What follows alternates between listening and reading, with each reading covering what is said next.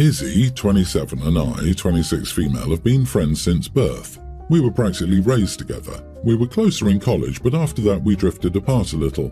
I still had a strong bond with her up until recently. She'd been there for me a lot, and I've been there too, so it's tough in this situation. After college, when Izzy was 23, she went on a few dates with Jake, my fiance, but then told him she wasn't interested in anything serious. Even though I was her best friend, I didn't know Jake because she often got asked out, but only a few turned serious, so I knew about her boyfriends but not necessarily her dates. I moved in with Izzy almost a year after that and we got close again. It was after this that I met Jake. We quickly became good friends. I used to talk about him to Izzy a lot, but when I showed her his picture, she recognized him and told me about her dates with him. Friendships were more important to me than any guy back then, so I asked her if it was okay to date him because I liked him a lot. She said she had no problem and joked about it ever becoming a relationship, which I took as a joke. Jake and I became serious very quickly. He's my soulmate. By then though, Izzy and I had lost touch since I moved in with Jake and work became more of a priority. Right until I got engaged, she used to joke to both Jake and me that she didn't think we would be this into each other, and at that time I saw it as funny because Jake is the opposite of me. After I got engaged, she became very weird. She was very shocked and wouldn't believe it. Then later she used to say I was too young to be married and asked if I was sure, but I saw this as just a concern. However, she agreed to be my maid of honor along with my sister. Afterward, I posted on my Instagram about our engagement and people reposted it and congratulated us. But Izzy just captioned it saying, "You better mention me in your vows because he was into me first, ha." Jake felt very uncomfortable, and so did I, but I defended her, saying that it was just Izzy, she often jokes around. But I still told her it was a bit uncomfortable, and she said she was joking. Recently, we hosted a dinner party, and that day, Izzy just kept telling all the friends and family gathered that Jake dated her first. She let me have him and stuff like that. Even after telling her it was not okay, she joked around. Later, I told her that she was crossing my boundaries and that it was not okay, to which she said I was overreacting. Ultimately, I told her not to attend my wedding at all. I've been overthinking a lot after that. Right now, people who know about this are just choosing sides based on who they know more. I'm worried I'm ruining a lifelong friendship when I'm not even right. What if, to her, it really was just a joke and I'm not understanding? But she's not being supportive or positive, which is unfair. I'm confused. Not the idiot. She's too proud to let things go. In her eyes, you found love in a man she dismissed, and that is simply not possible. Hence, she's there. I was here first. In my honest opinion, you made the right choice. Who knows what kind of behavior she'll display when her pride turns into jealousy at a crucial moment. This is your wedding and not a public forum. When someone disrespects you intentionally, just cut them off. It sucks that your friendship is coming down to this, but Izzy is the one forcing the issue, not you.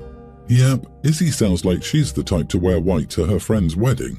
I think she loses any right to claim it was just a joke when you've expressed that it makes you uncomfortable and asked her to stop.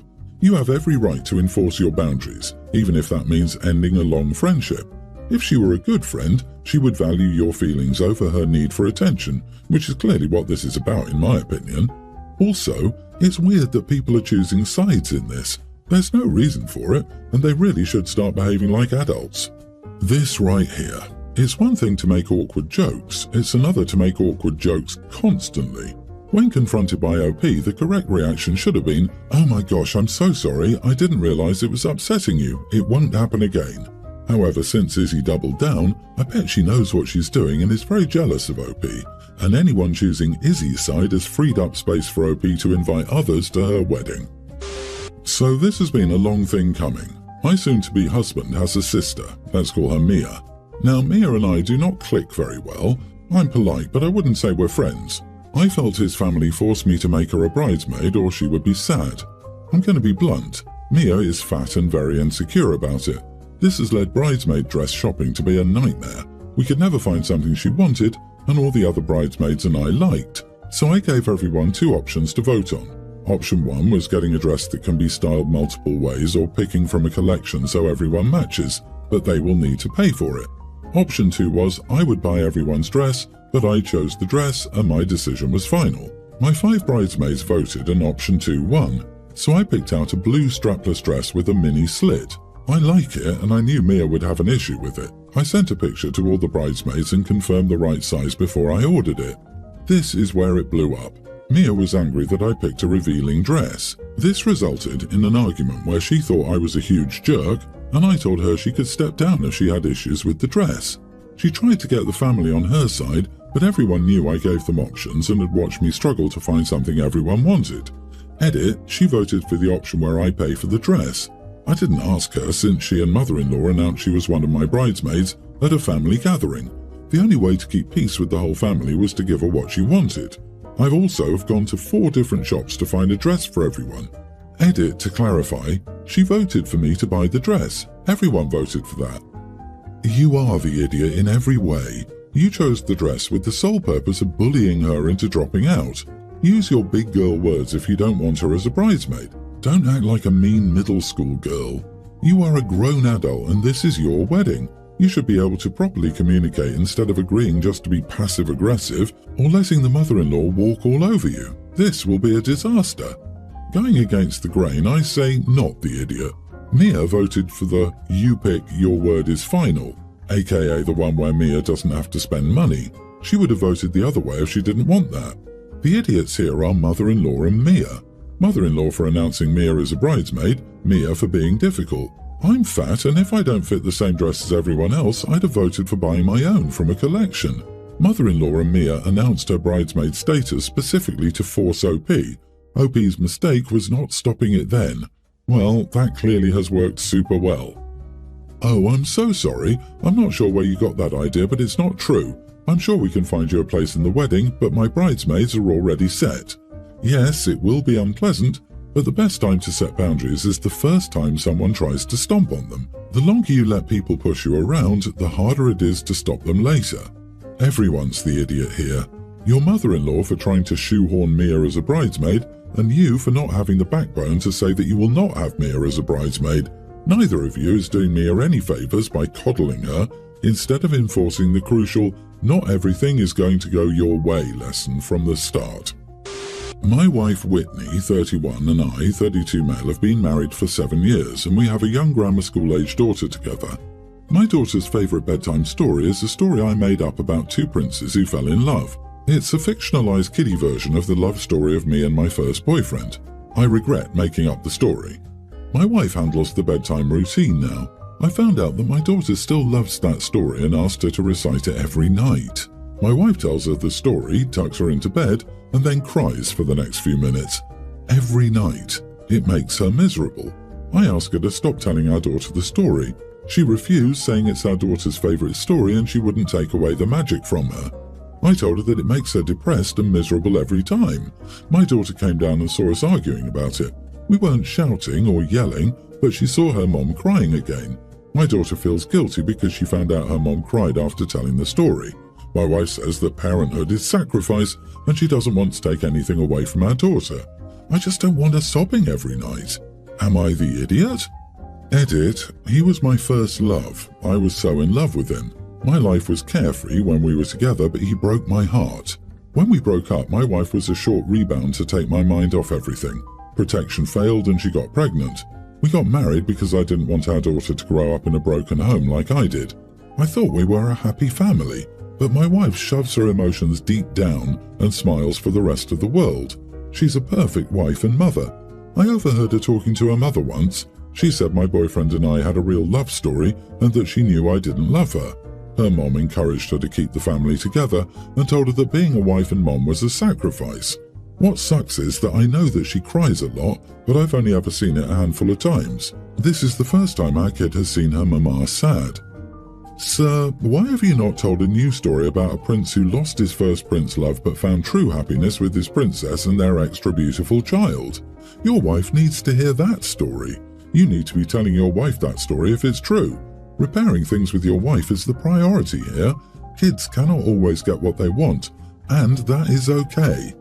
That's not how OP feels.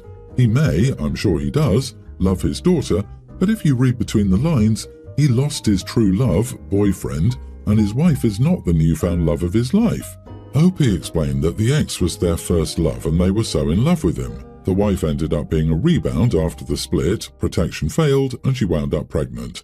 So OP married her because they didn't want the baby to come from a broken home. So I can understand why it would be a bit painful for the wife, especially in knowing that her partner didn't marry her out of love but due to circumstances. Holy crap, LMAO. Now that's a bedtime story. I went from feeling bad for them to just laughing at them. Getting married because the children is always a great decision. It blows my mind that OP wants her to stop crying, but is not willing to do a damn thing to make her feel cherished or loved. I'm so incredibly sad for your wife. She really doesn't have anybody who loves her, does she? You are the idiot, OP, for pretending everything is fine in your home. Yeah, bruh, why are you telling your child a love story about your ex? Your wife isn't happy, you piece of crap. You told your child a love story about your ex. Of course she's going to be miserable. Your marriage is a crumbling hot mess. Your wife is emotionally harming herself to make your kid happy. You married your wife because she got pregnant, and you were only dating because you were on a break with someone who is your great love. After 7 years of marriage, you still consider the other dude the love of your life, and you made up a story that glorifies the love and told it to your kid? Wow. Just wow. I lost my daughter Abby 7 years ago. She was married to Scott and had 3 children with him, who are now tweens and a teen. Scott and my grandkids stayed part of the family, and last year Scott remarried. His current wife is Beth. We all knew Beth for a few years before the wedding, and she was always very friendly, though at times she could be a little pushy. Scott would always handle that, though. After they got married, Beth's pushiness got worse, and Scott appeared to have lost control. Beth was upset when she dropped my grandkids off one day that we hadn't added photos of her to our house and commented as such. Our living room has a display with pictures of our kids and their weddings. She felt her and Scott's wedding should be there. She was upset when my grandkids spent Mother's Day with us and our extended family, and we didn't include her. Scott wasn't invited either. Mother's Day is a bit difficult for him due to a bad relationship with his mother, but Beth said we should invite her too because she's part of the family, and then she said she's one of our kids too. I asked her what she meant, and she told me she's going to be one of our kids now that she's the mother figure for our grandkids. I told Scott what she said, and he was embarrassed and told me he would speak to her. Beth was also upset when my husband posted on Facebook to say something about our kids, and she didn't get mentioned as one of our kids but as Scott's wife. We mentioned Scott and how wonderful he was to Abby and how wonderful he is as a father. We were all together for my grandson's birthday and he wanted a mom's side photo. Beth attempted to get into the photo, and when Scott tried to remind her, she said she was part of the family now. He pulled her aside and the photo was taken without her. But she told one of my sons after that she felt like we weren't treating her as a daughter, and then said Scott never treated her as a lesser wife. We saw them a little over Christmas, and Beth was upset that we got them a joint gift, for her and Scott, instead of getting her one alone.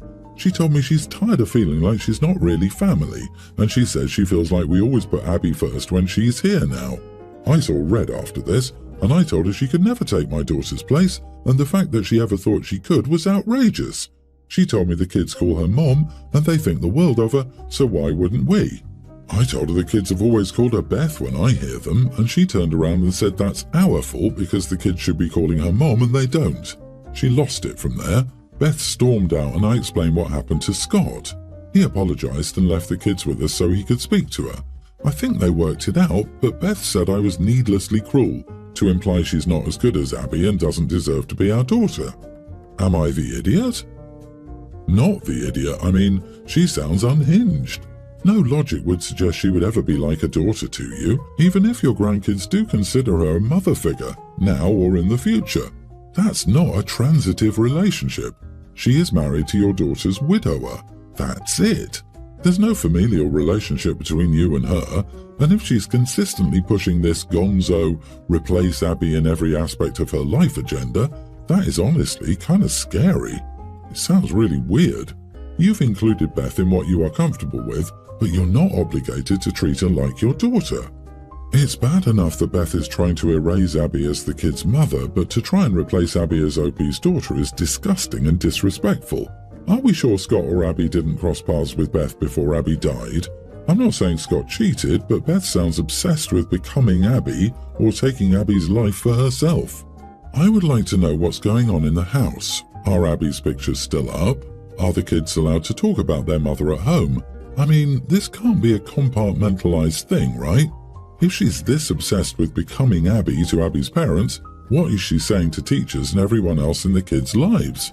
The fact she had to physically be held back from getting into her stepson's mother's side of the family pic is super alarming. Oh boy, I'm so tired of this. My son and my daughter-in-law are staying with me to save money. I cook and we have a serve yourself policy. The thing is, she will eat a lot more than me. For example, if I made chicken, I would eat only 1 chicken breast and she would have 3. Basically, she eats a lot more than me and I don't substitute for low-calorie stuff. I won't use skim milk instead of cream, for example. She is overweight and has been going on about how it doesn't make sense that I'm much smaller. I asked if she was joking, and she confirmed that she didn't understand why she was gaining weight. I told her that she eats a lot more than me, so of course she's bigger. This started an argument about how I was shaming her and not being a good host. My son wants me to apologize, but I find it ridiculous, and this is common sense. 3 chicken breasts in 1 meal, and she doesn't know why she's big, and you not being a good host? They live at your place and you cook for them, and she just didn't like the answer to her question. Don't ask if you'll be butthurt about it. Not the idiot and tell her, daughter-in-law, I'm sorry my cooking isn't working out for your diet, I'll stop making you and my son's portion. That way you can pay for and cook yourself food and have power over your diet. I wouldn't want to sabotage your weight loss goals somehow. It's one thing complaining, but another when she's being cooked for and fed. I was living with my partner and his mum for a while, and I didn't want to eat the type of food she cooked, so my partner and I started cooking for ourselves, and that was that. As a bigger girl who has lost a lot of weight in the past, my experience is that the truth hurts, and she's lashing out at you for saying it. It's one thing internally knowing how you're sabotaging yourself and compartmentalizing it, but it's tough to accept when someone acknowledges that. It sounds like she needs the wake-up call.